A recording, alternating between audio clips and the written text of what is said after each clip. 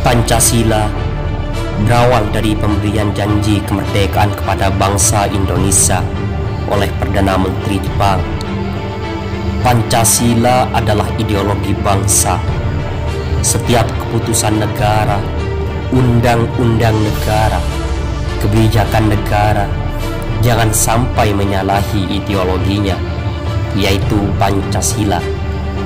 Namun, setelah memasuki era kegentingan dan kepentingan, lembaga-lembaga politik saling mengadu, saling merikus, saling menjatuhkan di antara sekumpulan anak bangsa.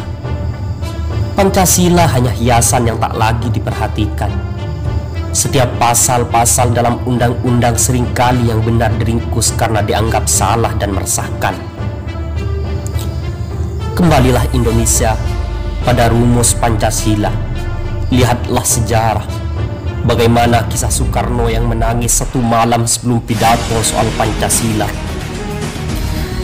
Ingat, tidak mudah mendapatkan kemerdekaan itu.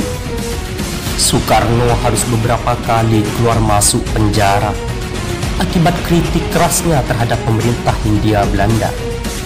Namun, kekalahan Jepang terhadap tentara sekutu membuat mimpi tersebut terbuka lebar. Meski Indonesia memasuki hari kebebasannya, tapi tidak bagi Bung Karno.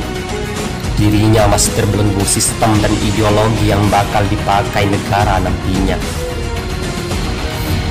Bung Karno merasa gundah gulana, bagaimana tidak, saat akan menyampaikan pidatonya di hadapan peserta sidang Badan Penyelidik Usaha Persiapan Kemerdekaan Indonesia.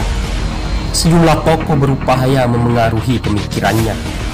Sepanjang siang, Bung Karno terus menerima sejumlah tamu, mulai dari kelompok Islam, nasionalis, sampai pendukung negara kesatuan maupun federal masih berdatangan. Masing-masing menyampaikan pemikiran mereka agar menjadi dasar bagi negara yang akan dibentuk. Perbedaan pendapat itu membuat Bung Karno stres.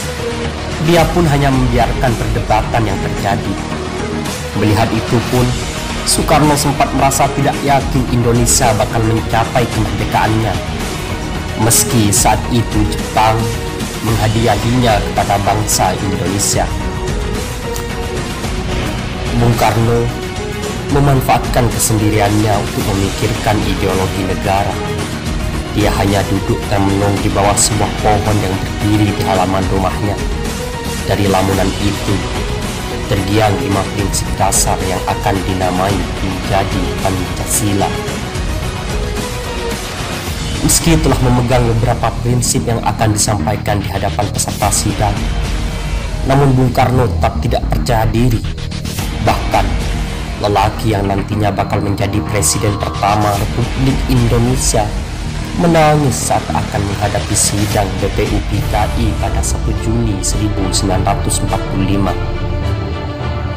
Dalam tangisannya itu, Bung Karno berdoa, "Aku menangis karena besok aku akan menghadapi saat bersejarah dalam hidupku, dan aku memerlukan bantuanmu."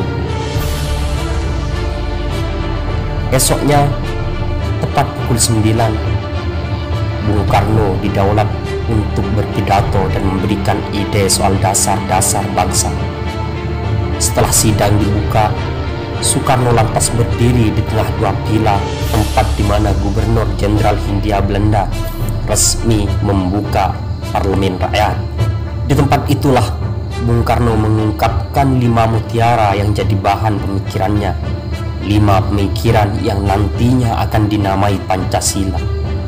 Kelimanya adalah kebangsaan, internasionalisme atau kemanusiaan, demokrasi, keadilan sosial, dan ketuhanan yang Maha Esa.